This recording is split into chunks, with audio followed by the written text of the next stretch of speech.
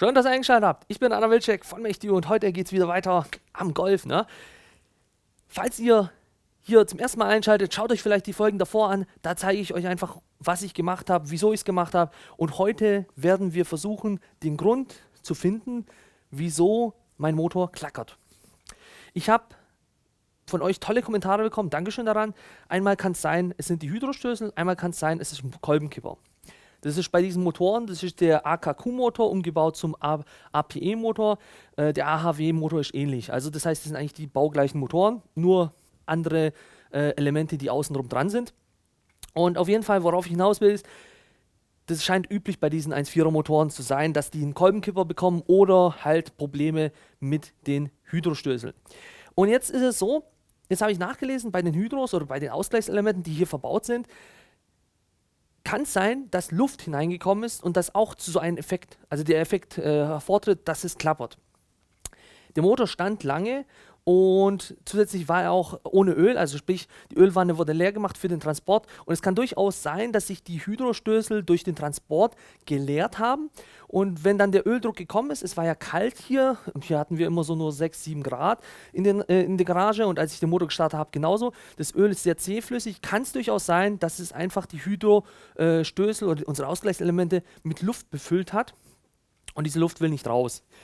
Jetzt gibt es eine Prozedur vom Hersteller, wie man das macht, das zeige ich euch in dem Video und das probieren wir aus, aber ich kann es nicht machen, wenn hier kein Kühlsystem dran ist. Das heißt, das erste müssen wir es erstmal wieder als dran bauen, Kühlsystem anschließen, Kühlsystem befüllen und dann können wir mal schauen, ob das Problem damit behoben wird mit dieser Prozedur zum Entlüften der Hydrostößel. Ich würde sagen, viel Spaß dabei und ja, auf geht's.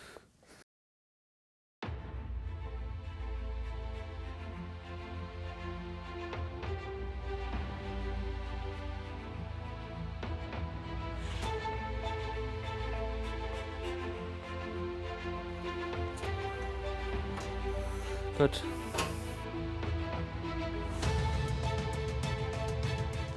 Wenn es nicht ganz passt, einfach mal zurechtschieben.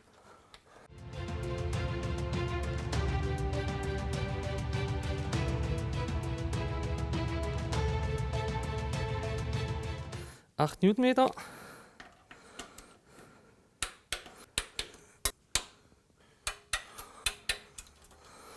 Mit 20 Newtonmeter.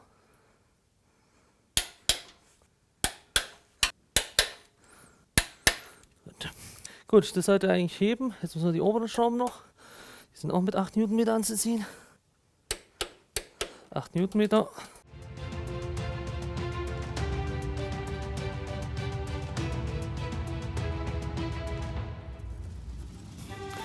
Okay, jetzt müssen wir nur noch hier das irgendwie hinkriegen.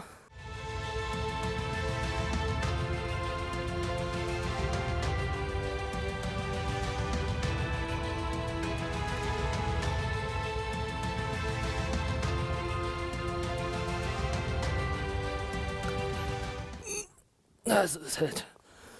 So, hier fehlt auch noch einer, den haben wir vergessen. So ist natürlich das Ding hier sehr ungeschickt gelegt.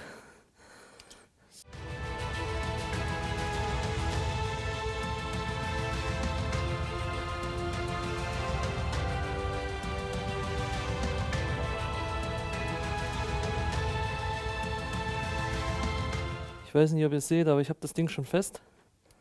Ja, und das bewegt sich immer noch. Naja, nicht gut.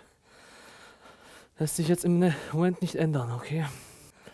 Also ganz kurz, ich tue jetzt einfach mal so das Rohr durchleiten, ja, dass sich die Abgase nach außen kommen.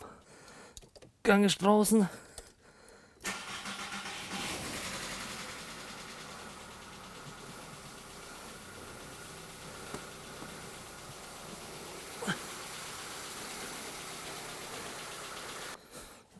Bei dem System ist nichts zu beachten. Bei manchen Systemen muss man gesondert entlüften, aber hier ist nichts zu beachten. Ich gucke jetzt nochmal kurz, ob soweit alles okay ist. Wir haben hier nicht das Hitzeschutzblech, passt mir nicht ganz. Könnte sein, dass das nicht so gut ist, weil hier die ganzen Sensoren nicht geschirmt sind. Das wird hier zu heiß, da kann man den Sensor wegschmelzen. Also ich mache die jetzt nur ganz leicht fest, so dass wir die nachher auch wieder lösen können. Aber ich will jetzt hier nicht einen Schaden verursachen.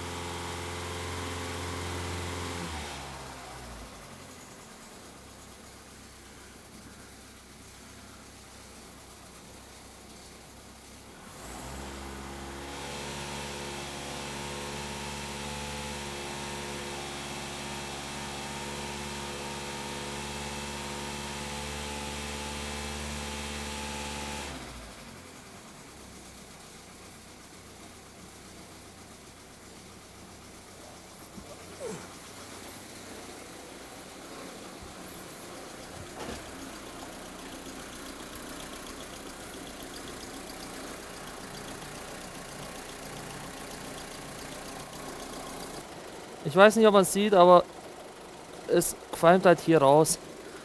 So Leute, ich glaube, an der Stelle können wir aufhören. Jetzt ist wichtig zu kontrollieren. Warm, warm. Wenn beide warm sind, ist schon mal ein gutes Zeichen. Das heißt, beide werden durchflossen. Ja, wenn beide kalt sind, dann ist schlecht.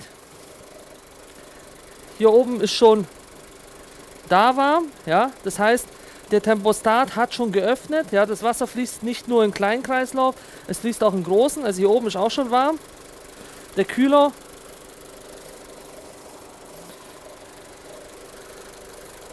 einfach mal hinfassen. Ist noch kalt. Ja, das heißt, im Grunde genommen läuft erst jetzt der große Kühlkreislauf an und da sieht man auch, dass das Wasser jetzt rot wird, weil sich das alles vermischt. Also ihr könnt auch ein nacheinander Wasser, Kühlwasser vermischen, so wie ich es gemacht habe. Aber so wie es aussieht,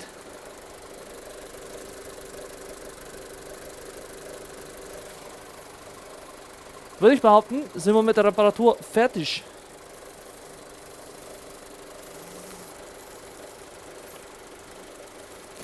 Das Ventil schaltet auch. Hört ihr das? Ich weiß nicht, ob das die Kamera aufnehmen kann. Man hört hier das Schalten des Aktivkohlefilters oder des Tankentlüftungsventils, ja. Das sorgt dafür, dass sozusagen die Kraftstoffgase verbrannt werden.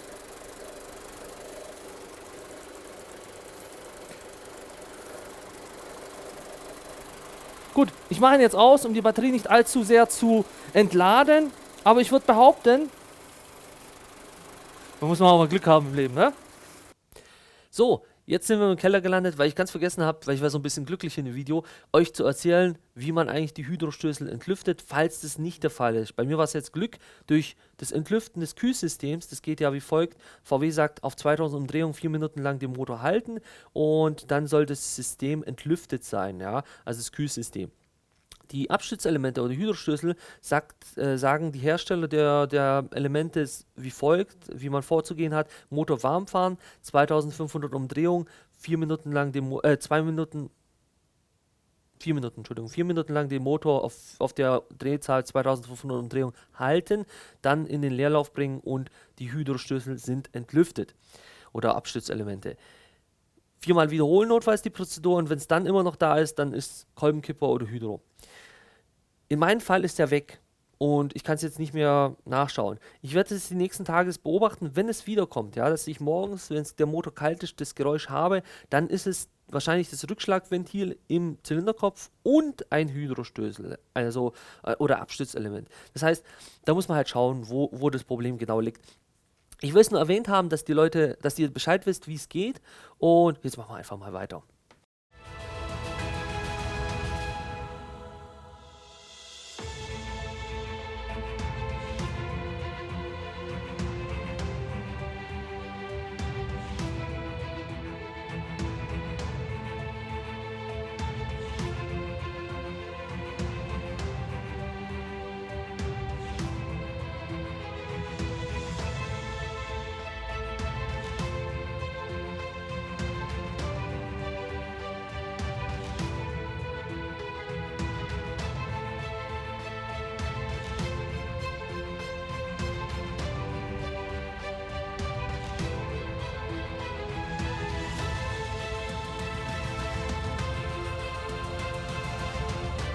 Gut.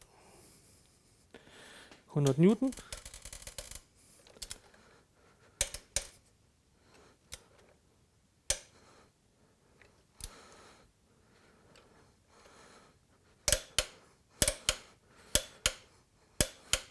So. 100 Newton. Ich glaube, ich brauche einen neuen Drehmaßschlüssel, Jungs.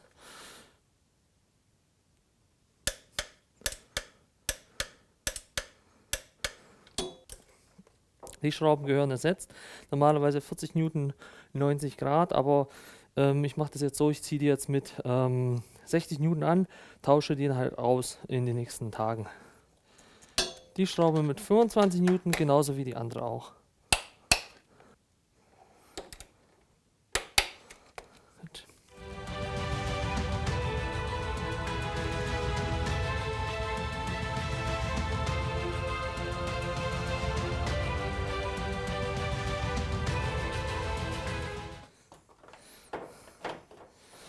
Gut. Können wir gleich alles dran machen.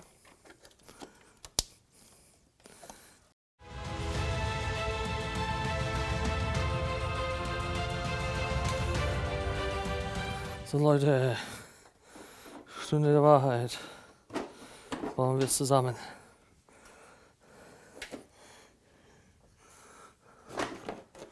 Das ist wichtig immer, dass die hier so anfängt und dann schiebt ihr das Ganze nach hinten. Andere Seite genauso. Hier so anfangen und das muss schon rechtzeitig einrasten, sonst wird es nichts. Gut. Wieder rausgerutscht. Ja, okay. Perfekt.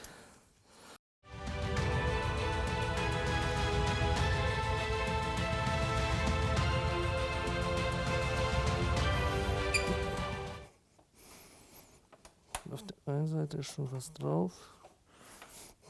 Andere Seite auch. So.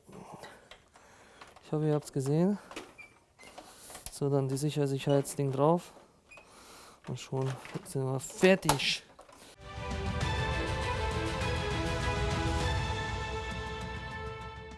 Wichtig ist immer das hier. Das vergisst man sehr gerne oder sehr leicht. Und dann hat man echtes Problem. Damit bin ich für heute mal fertig. Ja? Und ich hoffe, das Video hat euch wie immer gefallen. Dann nicht vergessen, Daumen hoch und liken.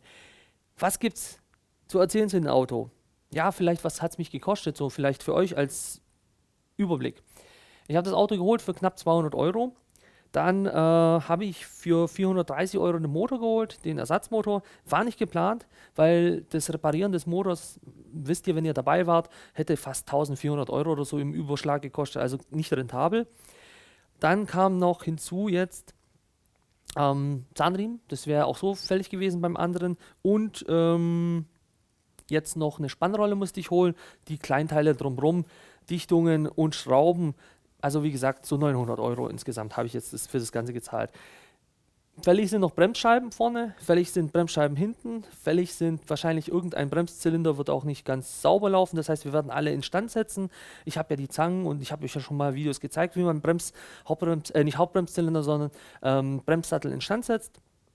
Radlager hinten rechts ist defekt, das heißt, wir tauschen beide Radlager aus, sind nochmal 60 Euro weg. Ja, also ich schätze mal so 1300 Euro werden wir jetzt zusammen, bis alles repariert ist, werde ich ausgegeben haben. Ich habe jetzt noch vor, die Zündkerzen zu tauschen, Innenraumfilter zu tauschen und Bremsflüssigkeit zu wechseln. Das gehört eigentlich dazu, weil oft vernachlässigen die Leute das mit der Bremsflüssigkeit und die sollte ja alle 2 bis 3 Jahre getauscht werden. Ja, und dann ist das Auto wieder fit für den Einsatz und dann schauen wir uns mal, wahrscheinlich wird irgendwann mal wieder so ein Radlager vorne kaputt gehen oder irgendwie was an der Lenkung ausgeschlagen sein. Das wird ja früher oder später passieren. Federn kann ich euch noch nicht viel dazu sagen, also vom Fahrwerk her, aber an sich war es, wo ich hergefahren bin, ganz okay. Das heißt für euch, ich hoffe, ihr seid dabei bei den nächsten Videos. Falls nicht, dann vergesst nicht zu abonnieren, dann bleibt ihr auf dem Laufenden.